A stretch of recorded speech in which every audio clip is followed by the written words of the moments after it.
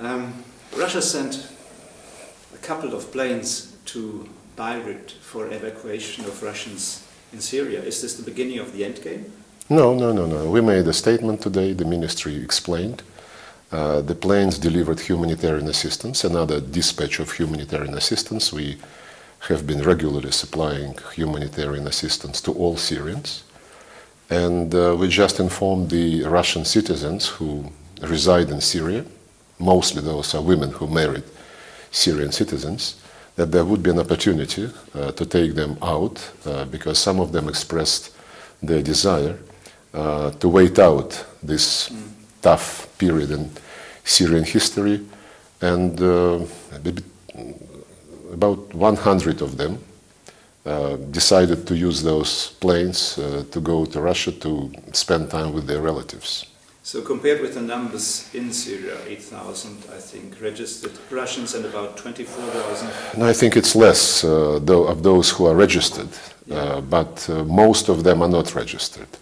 3,000 or 5,000, I don't remember exactly, of them have been registered with the consulate authorities of the Russian embassy in Syria, but much more did not. But among those who expressed their interest to get out for the time being, only about 100 expressed the willingness to use these two planes to go to Russia. It is not an evacuation in any sense of the word. Russia has been blocking in history a number of UN resolutions. Why? Well, you know, the vote which Russia and China undertook, vetoing 3 resolutions in a very short period of time, was a reflection of our responsibility vis-à-vis the United Nations Charter. Veto is not a privilege, veto is not something of a caprice. Veto is an inherent right of the permanent members under the United Nations Charter. And it was agreed when the UN was formed by the founding fathers that they should not repeat the unhappy experience of the League of Nations, which was based on the principle one country, one vote, a democratic principle on the surface, but this particular principle did not allow the League of Nations to act properly. And as you know, the Americans were not happy, they dropped out. So it was the American insistence in 1943 through 1945, when the new world organization was discussed in the midst of the World War II, it was the American insistence that there must be special rights for the key powers. And therefore, the veto right reflects the conviction of the founding fathers that unless the key powers agree, any decision would not be working, would not be productive, and would not deliver, basically. Therefore, the principle of the veto is enshrined in the Charter, and every single UN member who signed the Charter and ratified the Charter accepted this. So we exercised our responsibility not to allow the Security Council to pass resolutions which were under Chapter 7, which contained threats of sanctions and which contained the very realistic risk of outside interference. Our conviction was that we should be based on the decisions which the Security Council adopted already before those vetoes have been used, namely the statement of the chairman of August 2011, which was initiated by Russia, and then the resolutions 2042 and 2043, which developed further the principles embodied in the original document, namely that the Syrians themselves must resolve the crisis, that the violence must stop in all its forms by all parties, that the all-inclusive Syrian dialogue must be encouraged by the international community, and that there should be no way for outside interference. As I said, this was further developed in the 2 resolutions which were adopted on the basis of the 6-point plan of Kofi Annan. On the basis of this plan, observers, UN observers, have been deployed in Syria. And on the basis of this plan, an action group meeting took place in Geneva in June 2012, which produced a consensual document containing all the necessary components to stop the fighting and to start the political process. It is not through our fault that this document has been frozen since, because the people who signed up to this document, when it came to the practical implementation of the Geneva Communique, was saying, well, it's okay, but before anything, Assad must go. This is not part of the Geneva consensus, and not because we are protecting Assad from his people, not at all. We frankly don't care about personalities. What we care about is the fate of the Syrian people, is the fate of Syria as a united, sovereign, independent state, which is multi-confessional, multi-ethnic, and which was home for so many religions, for so many ethnic groups, and they have been living there in peace and relative prosperity, frankly speaking. Of course, the political problems which motivated the opposition to protest have been there. We are not denying them. The authorities made many mistakes. They did not respond to the legitimate requests from the opposition for too long. And then the protests degenerated into violence on both sides. And now we have been, unfortunately, witnessing further militarization of the conflict, with the opposition gaining more and more ground, getting support from outside, and the government, of course, responding to the violence of the opposition, which was, in its turn, motivated by the government mistakes. So it's a vicious circle. And we have to be absolutely clear that any threats from the Security Council would be immediately used by those who would like to provoke outside interference. Because you can, well, when you threaten, you have to have some monitoring mechanisms to see how all sides behave, because there are more than two sides in Syria. The opposition is not united. The opposition is acting against the government parallel with quite a number of terrorist groups. One of these groups have been designated as a terrorist group by the United States, which caused protests from the national coalition of the Syrian opposition. So it's a very bad and very complicated mix. So whatever we do, our priority number one must be to put aside all the claims, all the pretexts, all the preconditions. If our priority is to save lives, then we have to tell them now, without any preconditions, stop fighting. All of those who participated in Geneva, they provide a combination of outside actors having influence on one or another Syrian party. And if we all, in a synchronized manner, tell them to stop fighting, to designate their delegations to negotiate an interim transitional governing body, and then to empower this body with the preparation of the new constitution, preparation of the new election, this is the only way, if we are all sincere when we say that we want to save lives and not to allow the violence to continue. And all this is embodied in the Geneva Communique, which we still believe can be implemented and must be implemented without any preconditions. If, on the other hand, the priority of some of our partners is not to save lives, but to depose Assad, to remove Assad one way or another. And Assad is not going to move. He said this publicly, and he would not listen to us, to the Chinese, to the Iranians, to no one.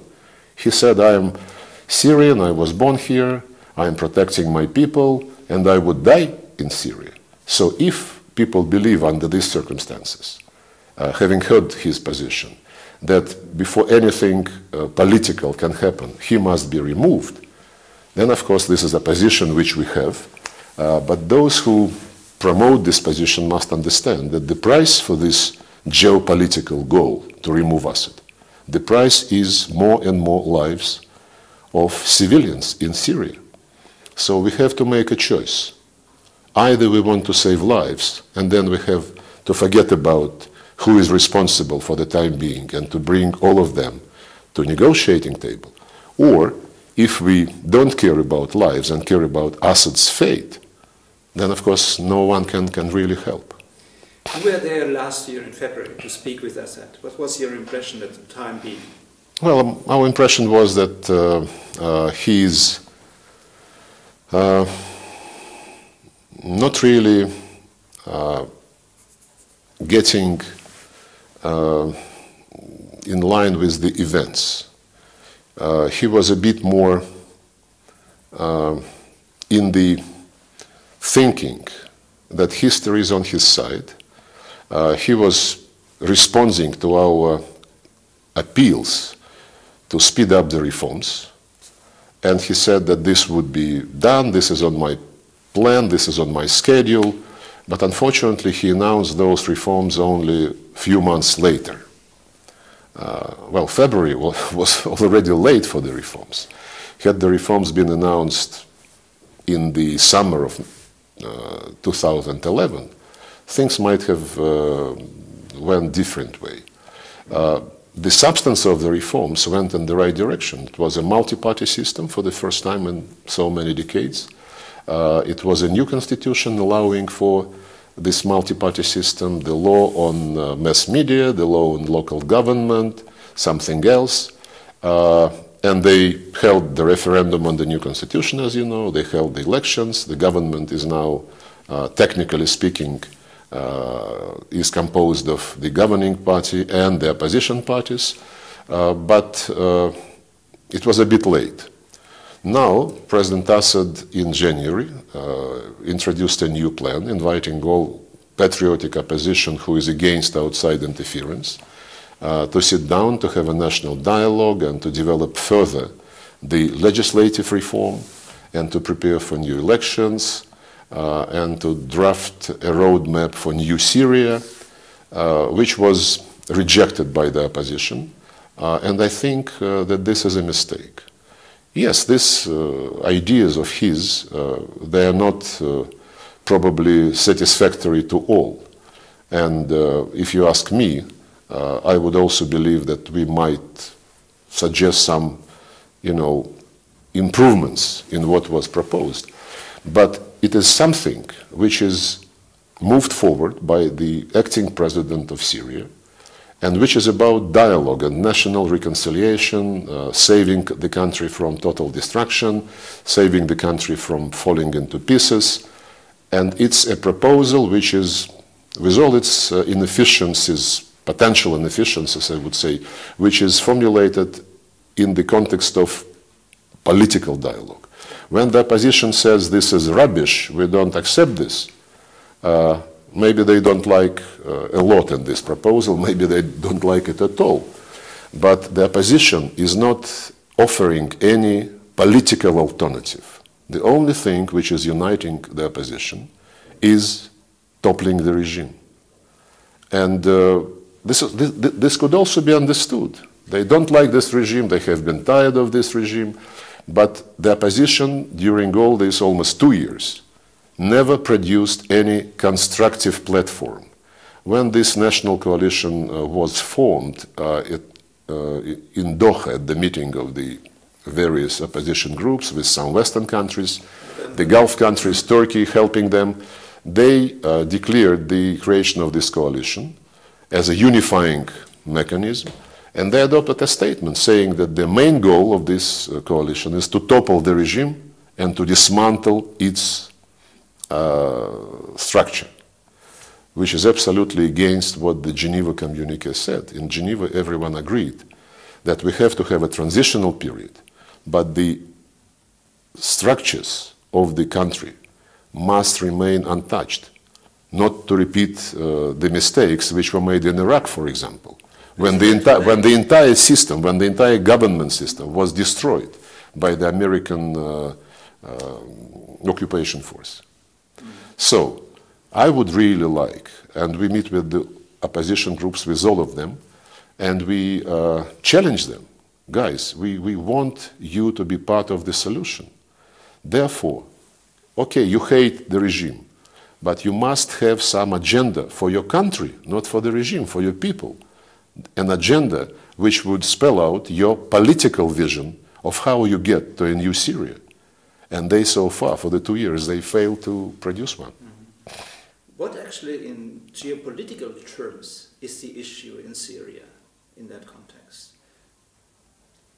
Why we do so have so many players in Syria? You know, we in our attitude towards what is going on in Syria, we are not basing ourselves on any geopolitical considerations.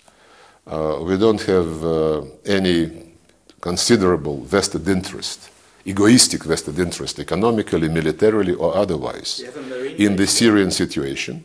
Well, marine bases could be, you know, used, could be changed as far as location is concerned, but geopolitical context is being introduced not by us. The people who say the regime must be changed, they are driven, willingly or unwillingly, by the well-known notion of the greater Middle East and North Africa, introduced many years ago by George Bush Jr., who said that democratizing the Middle East is our utmost goal. I think any interested observer who follows what is going on in the region can make his or her own conclusions as far as the results of these democratization move are concerned. And we have more and more problems in the countries which have been declared at some point by the Americans, for example, as beacons of democracy. The problems are still far from being resolved in Afghanistan, in Iraq. We have quite troubling situation in Egypt, where they still have to find some solutions which would be uniting the nation. We still have a lot of problems in Libya. We talked to the new Libyan authorities. They're interested in continuing our cooperation, but they really face huge problems as far as the central government exercising its authority all over the territory of Libya is concerned. And if you look down south, the people who were part of the coalition toppling the Gaddafi regime, probably they only want to fight, and they could not stay in a peaceful condition. So many of them are now fighting in Mali. And they're using the arms, by the way, some sophisticated arms, among others, which had been supplied to them by the Western powers and by some of the regional countries when they were fighting Gaddafi. So it's you know, history hits back. And this spiral of violence really is very dangerous. So since you started your question asking about geopolitical context of this, unfortunately, we have been witness to piecemeal approach. Well, there was a revolution in Tunis. Everyone was thinking how to support this revolution. Then there was a revolution in Egypt, then Libya, then Yemen, then Mali, now Syria.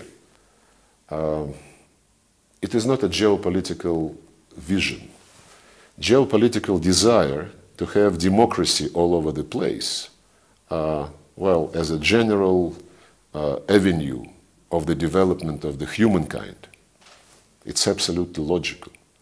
But it is not constructive, and it is absolutely counterproductive to say that it's only the Western type of democracy which must prevail.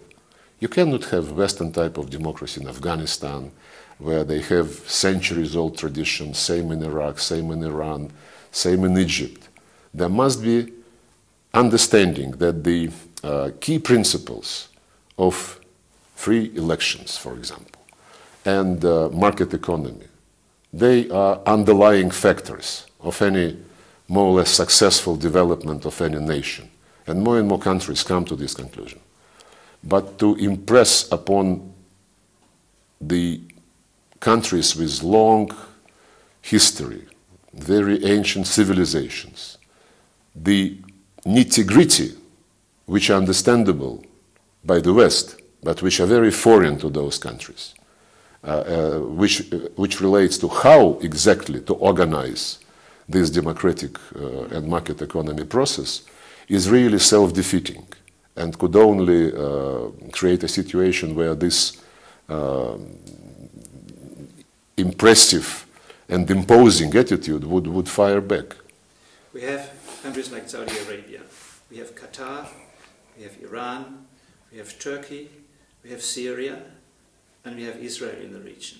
So a number of these countries are not very well known for democratic progress in the past anyway, because they are kingdoms, they have an own agenda. Well, I think if you speak about Israel and Iran, they do have democratic traditions, different again, different. Israel is a democracy and no one can challenge this from any point of view. Iran, yes, they have some filters in their electoral system, for example. But when these filters have been overcome by the candidates, then there is a real fight, real electoral fight. And you cannot deny this. But again, it reflects the specific features of the society. And you cannot really demand that now, immediately, here and now, everyone must satisfy the criteria which, for example, OSCE establishes. OSCE was helping to organize elections in Afghanistan. And we all know that the OSCE was wise enough not to apply the same criteria as it applies to some European countries. Though OSCE normally applies different criteria to the countries of the former Soviet Union and to the old democracies, which is a double standard in any case. Yeah. Let me come back to the serious attempts in Syria to create a kind of settlement in between the opposition and Assad. Kofi Annan started his job in February last year. Who elected Kofi Annan at the time, and why did he fail at the very end? Well, the first part of your question is very easy. The Secretary General of the United Nations and the Secretary General of the Arab League asked Kofi Annan whether he would be interested in getting the job. Being the joint representative, joint special envoy of the United Nations and the Arab League, he agreed. And this was brought to the Security Council, and the Security Council welcomed the appointment. And we supported this strongly. But before I go further into the theme which you touched upon, I would like to say a few words about what preceded the Kofi Annan's appointment.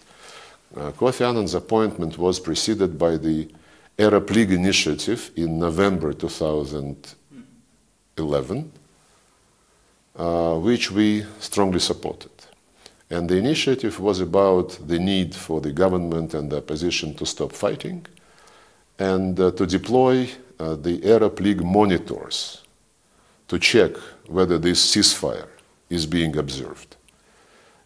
We took some efforts to persuade the regime in Syria to support the initiative because they didn't want to originally. And the opposition also pledged to cooperate. Then the Arab League observers were deployed in Syria. They started working late November. And after 1 month or so after their presence in Syria, they submitted their first report to the Security Council, which was not just one-sided, which was saying that there were violations on both sides. And they gave examples of the ceasefire violations as they saw it by the government, but also by the opposition groups. And this apparently was not liked by some people who wanted the change of the regime in Syria. So before even the Security Council could consider this report, the mission was aborted by the decision of, not even of the Arab League, but by the Gulf Cooperation Council members. And the observers had to withdraw. So, just to make a point, the moment the mission tried to present some objective picture, blaming not only the government but also the opposition, it was withdrawn. Then come Kofi Annan, who presented his six-point plan, well-known six-point plan, end of violence, no outside interference, the government is responsible, but the opposition also must take its own responsibilities, cessation of violence, international monitoring, beginning of the dialogue. We supported this plan, and we supported the dispatchment of the UN observers. And again, we explained to Damascus that it is important for them not to object, and they agreed. So the observers, the UN observers, were deployed, and they were reporting also in an objective manner, registering the violations on both sides, the government and the opposition, and they were examples quite numerous, including violation of international humanitarian law. And these observers were there under very strenuous conditions. They have been part of the continued pressure and sometimes even armed provocations. And I talked to the chief observers, including in Geneva, when on the 30th of June 2012, they were present at this action group meeting. I don't want to mention names, but they admitted that they had much more trouble from the opposition than from the government side. And this observer mission apparently also was moving in the direction of trying to present a more objective picture of what is going on.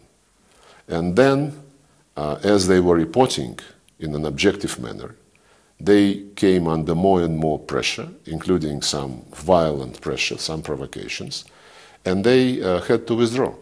My point is that these two examples indicate that there are some people who are not interested in international monitoring of the situation, who are not interested in international, be it Arab or be it UN observers, to be on the ground as a stabilizing factor, exactly because this is a stabilizing factor.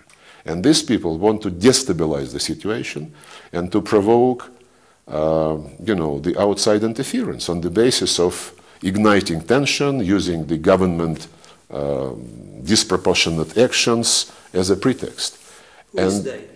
Well, I think those of your viewers who follow the situation would have to make their own choice. I think they know the facts. Could I just come into, he went down, Kofi Annan went to Assad. He came back, he visited you in Moscow. On the 16th of March he had been in Damascus, and then later on the 24th he came to Moscow.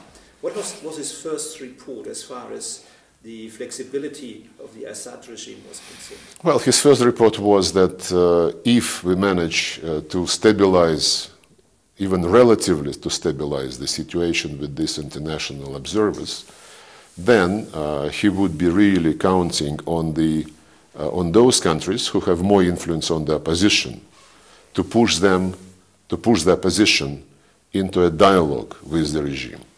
And as I said, in Geneva, we never agreed on any preconditions. It was just stated that the government and the opposition must stop fighting, must appoint negotiators, and these negotiators must agree on the composition and the powers of the transitional governing body, which would exercise the full executive authority and which would also exercise the authority over the law enforcement forces and the security forces of Syria. So when this Geneva communique was adopted, Damascus had its doubts. And again, we engaged our resource, if you wish, and persuaded Damascus to say that they are prepared to work on this basis, in spite of the fact, and it was not easy for them, because they were saying, no regime change, we don't want to discuss any transition because we have elections in 2014, but then they said that they would be ready to work on the basis of the Geneva communique. And all those who are assembled in Geneva committed themselves to make sure that all Syrian parties would do the same.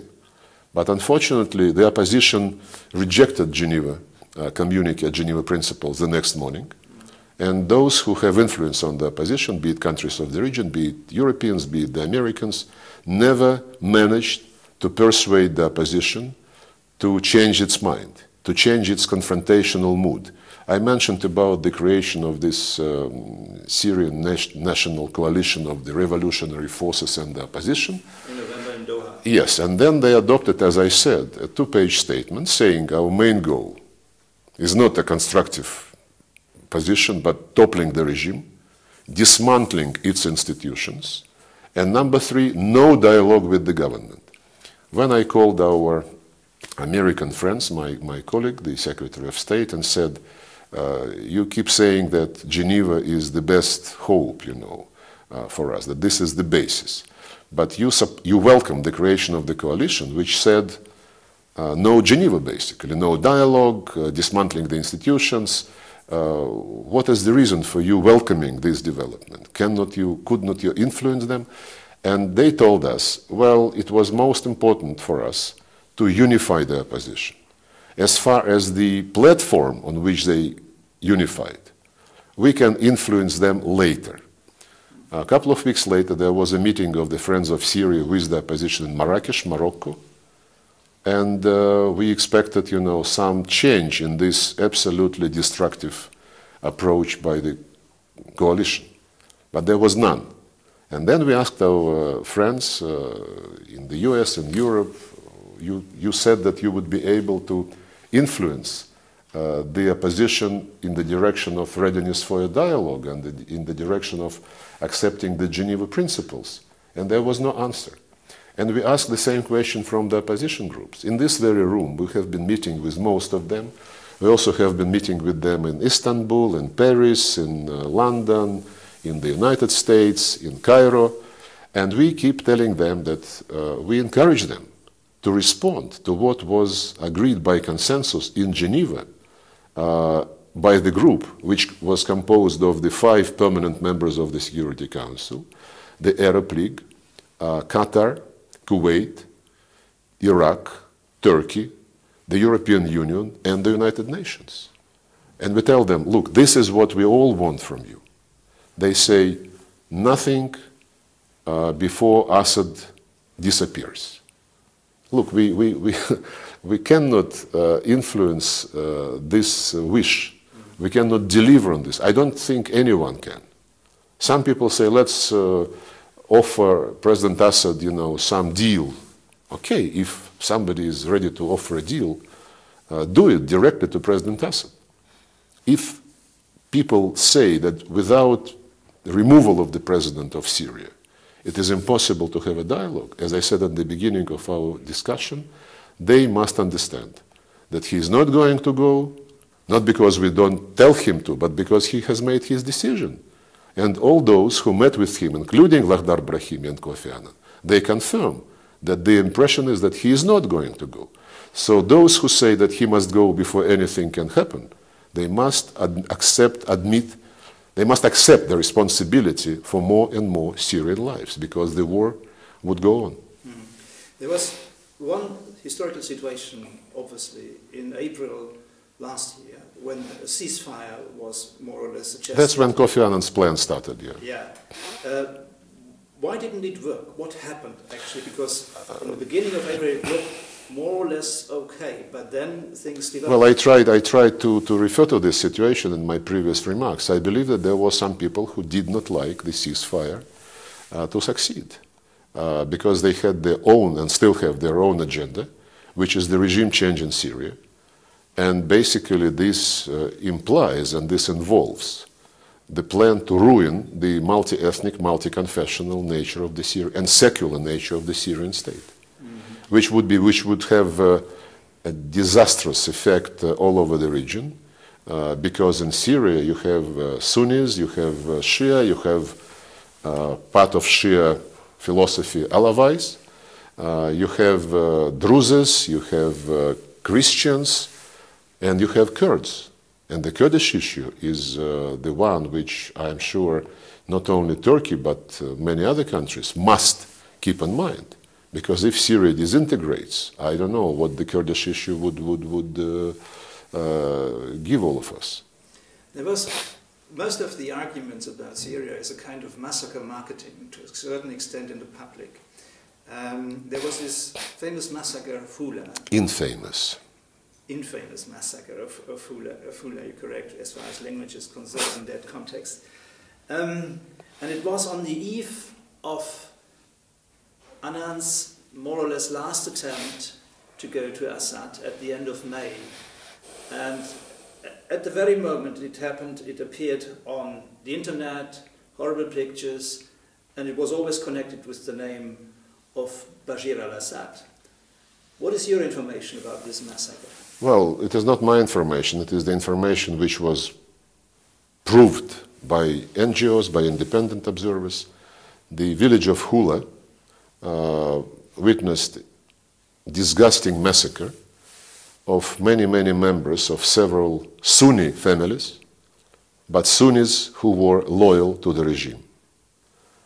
And the attempts to present it as the Alawi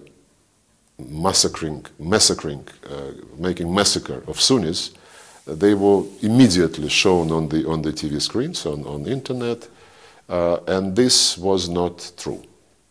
And independent observers investigated this matter. They looked into the video images. They saw the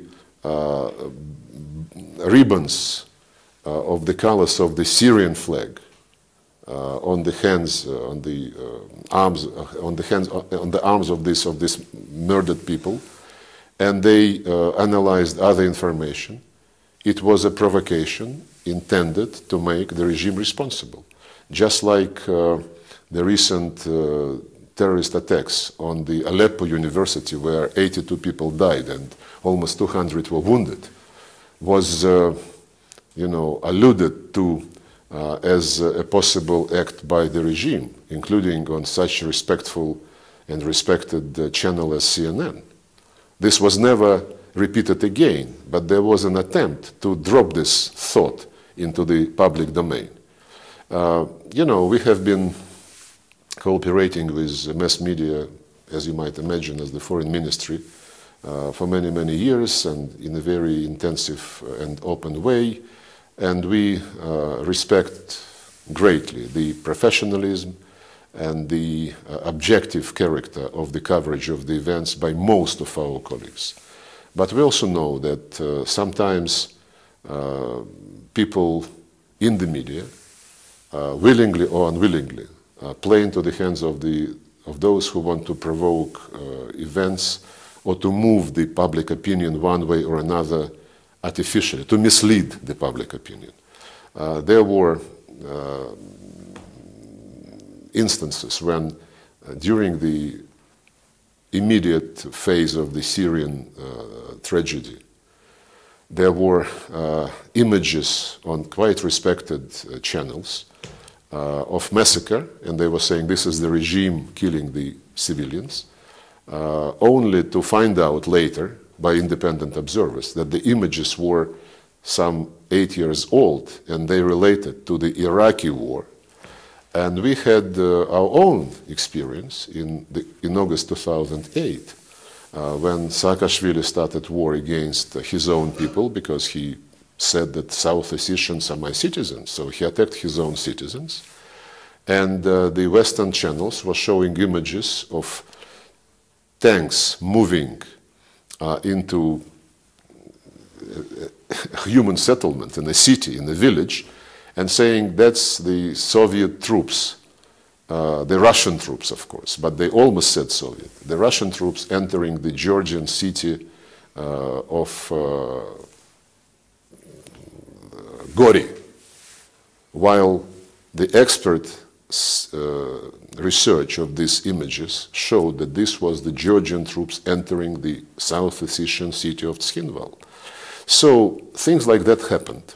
So we are in a psychological war. Things like that happen. Well, very much so. And those who want to achieve, those who see in this Syrian drama and in this Arab Spring drama in general, those who see in these events not the fate of the not the fates of the people, not the fates of the countries, but those who see their geopolitical chance, they from time to time resort to these dirty tricks. But I want to say once again that this is absolute minority of cases, and that absolute majority of journalists with whom I met, and I have met a lot, and I have many friends among journalists, I respect and appreciate highly their professional and their desire to present an objective picture without making any value judgment. The result of the Hula massacre was seen a couple of days just later on. Most of the European countries did throw out the Syrian ambassadors, sent them back to Damascus. Did this kill Annan's peace efforts? I don't know, but you know, the fact that the reaction of the European countries was instinctive, if you wish, and they immediately acted, as you said, is one thing. But maybe in 2 days, as you said, they thrown out, many of them threw out Syrian ambassadors. But 3 days after the Hula massacre, no one remembered about it. It was really dropped from the screens, because by that time, the truth was already understood, and everyone understood who did it. I'll give you another example when people would be prompted to act on the basis of some immediate media news. 1999, January, February, Kosovo, the village of Racek,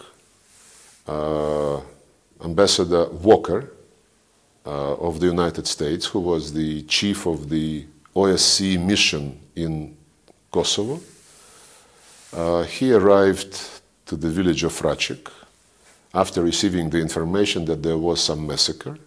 He arrived there, and he discovered some 3 or 4 dozen bodies in civilian clothes, all murdered, killed. And he, without reporting to the OSCE headquarters, without having any authority to do this, assembled the journalists and said that this is the act of genocide by the Serbs against Kosovo Albanians. And then the European capitals, most European capitals, say this is the last drop. And that was used as a trigger to prepare and then to exercise the bombing of Serbia. Then the European Union, you might know this, ordered an investigation of this Racek situation. And they hired Finnish forensic experts, and the forensic experts of Finland studied the situation. They discovered that this was not a massacre of civilians, that all these men in their better age were killed not, you know, at the short distance, but the nature of the wounds leading to death was like the wounds acquired in a combat, and that the wounds on the body did not coincide with the cloth, you know, distortion. So apparently they were in combat, and then after they were killed, people just, you know, changed their military uniform to the civilian dress, and this was quite highly discussed.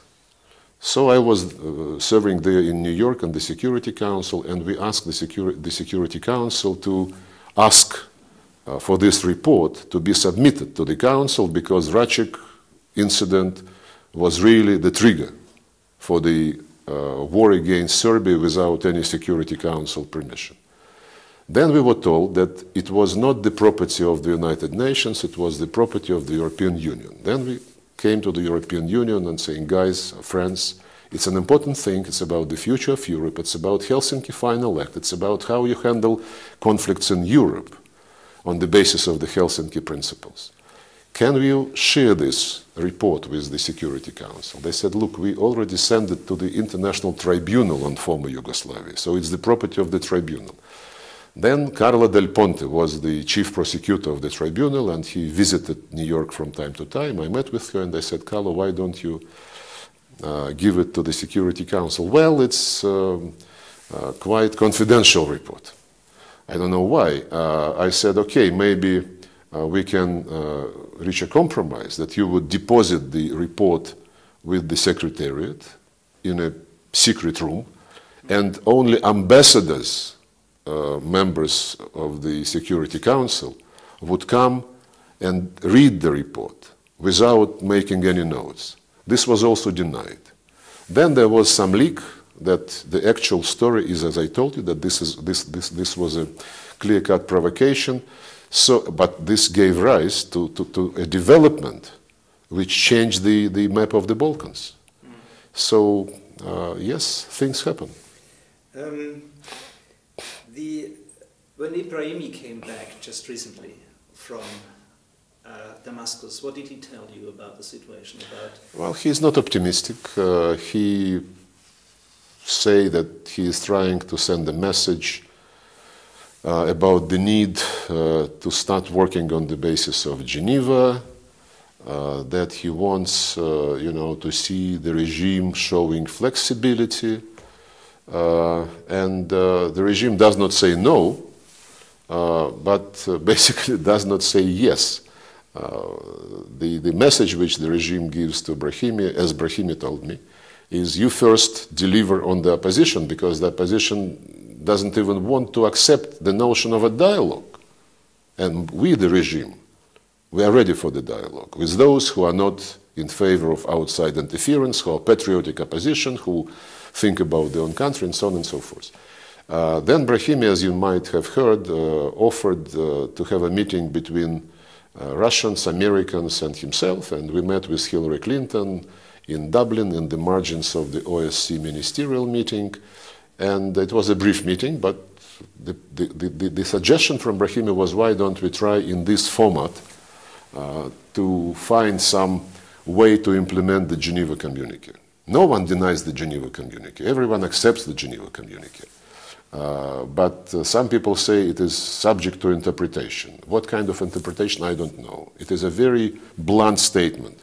Stop violence, designate negotiators, compose on the basis of mutual agreement this transitional governing body, prepare for the elections, period. People who say that this requires interpretation, again, raise the issue of President Assad must go, Security Council must adopt sanctions against the regime, and so on and so forth, which is non-starter. The Geneva paper is absolutely unambiguous, and it requires only political will of all those who can influence all Syrian parties in combination. And the action group which assembled in Geneva is the right group of people to tell the people who are fighting, the same thing and with the same vigor. And it would work. After that, there were 2 more meetings between the Russian and the American diplomats together with Brahimi, and we presented this vision. But we had an impression that some people believe that in this format, the main goal is to persuade Russia to change its position. And when we ask, what kind of change do you want? Well, you must tell Assad that he must go. And we answer that Assad's fate must be in the hands of the Syrian people. And that it is not our tradition, not our manner to engage in the regime change. Apart from this, this is political principle, but apart from this, in purely pragmatic terms, he is not going to listen to anyone. And this is a fact which is recognized by all those who have any contacts directly or indirectly with Damascus. So therefore, the longer people insist on having his departure as a precondition for any dialogue, the more lives would be lost. 2 last questions. Is the opposition to be controlled at all? What kind of aim does the opposition have? Is this a united opposition? That's one thing. Or is it more and more different crews with different agendas, and neither the United States nor the Gulf states can control them in the meantime? Well, I already alluded to this theme when I said that the opposition has failed so far to produce any platform, any political platform, how they perceive the future of Syria. The only thing which they say is Assad must be removed. And that's, in the absence of any other statement, is considered by me as the only unifying factor for the various groups. The Western countries, the Gulf countries, Turkey, others, invested a lot of effort to unify the opposition.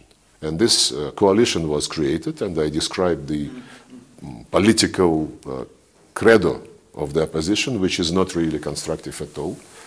And unless the opposition presents its political vision of the transition, the political vision for Syria, we wouldn't really know whether they are united or not. For example, the one part of those who fight Assad is that group, very tough group, Bejat al-Nusr, which was designated as a terrorist group by the United States, only to see the immediate rejection of this American position by the coalition of the Syrians, of the Syrian opposition. In other words, I believe that for the sake of sticking together, they have to be very eclectic in whom they get under the one umbrella. So we have to see how this evolves, but the key issue is to understand what are their political views.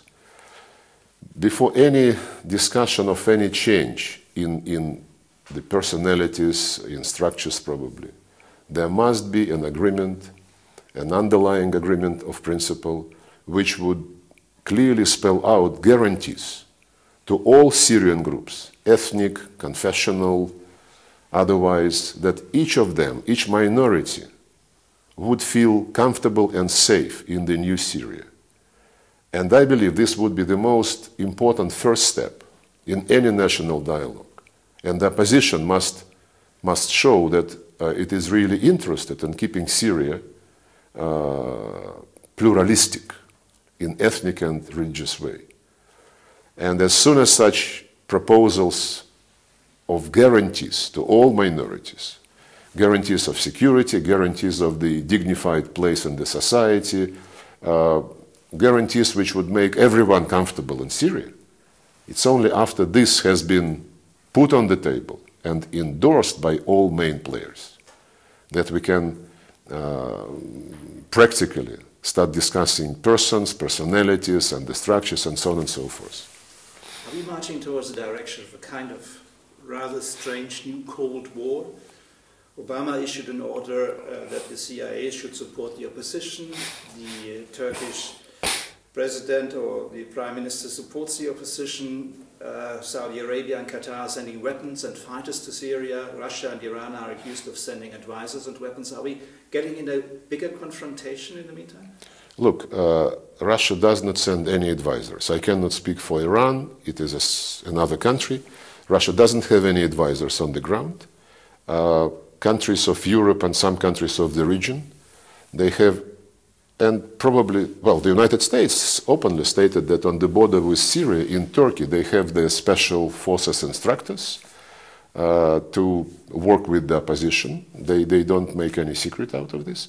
And some European countries and some countries of the region, they do have their special forces in what they call liberated areas of Syria. We know this. We don't have any military personnel inside Syria except a few dozen people in Tartus, where the Russian naval point of... Marine base. It's not a base, it's actually a point where logistical service of the ships is being made. It is too modest, to be called a base. no more military. It's a legitimate, legally sent naval personnel to service the ships who call on the port of Tartus. Others do have special forces, instructors, advisors, what have you. On the supply of weapons, yes, the external supporters of the opposition undertake quite a lot to arm it, including with rather sophisticated weapons. We only finalize the implementation of the contracts which had been signed and which had been paid for, and which are about supplying the Syrian government with air defense systems. The military hardware which we have been sending to Syria is to defend Syria from outside aggression. This weaponry, the air defense systems, they cannot be used in the civil war. But the weapons which are being supplied to the opposition, I hope, the suppliers follow they trace the fate of these weapons, because now all our European friends admit tacitly that in Mali the extremists are fighting with the weapons which were given to them when they were fighting against Gaddafi in Libya. Again, this reflects this. We touched upon this in the beginning of our discussion. This reflects a piecemeal concentration. Well, we have Libya. Well, we don't like Gaddafi. Let's send the weapons to topple Gaddafi, and we don't think what might happen to these weapons after Gaddafi has been toppled. Now the same is taking place in another country. Okay, we have this problem on our hands. There is no serious attempt to take a geopolitical look at how this map of this crucial region is evolving or revolving, because it is not an evolution, it's a revolution. I know that the Western and Russian political scientists are really trying to give this analysis, and probably some secret discussions are taking place inside US, Germany, European countries of what are the real consequences and dangers of these developments. But on the surface, we still hear that Assad must go, we must support the opposition, we must create the government in exile.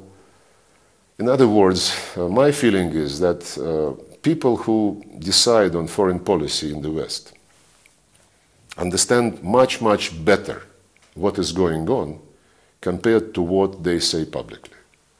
And if we speak about partnership, strategic partnership between Russia and the European Union, Russia and NATO, we would like to have strategic partnership with NATO. I think, well, forget about organizations, just, the Europeans, which includes Russia, and which includes the United States, by the way. We are three branches of the same civilization. I think if we seriously want to help stabilize the situation, to cooperate with other civilizations, we have to sit down quietly and have this honest analysis of what is going on, and put aside geopolitical ambitions and think about the fate of this region, of the fate of the people who live there, and then develop some constructive approach which would be based on the need to help create external conditions for the people of the region to be able to resolve their problems peacefully, on the basis of inclusive national dialogue, on the basis of respect of all those groups, ethnic and religious, including Christians, who had been living in this region for centuries and centuries and centuries, in peace with each other. And this peace is being undermined in the front of our eyes. This is very unfortunate.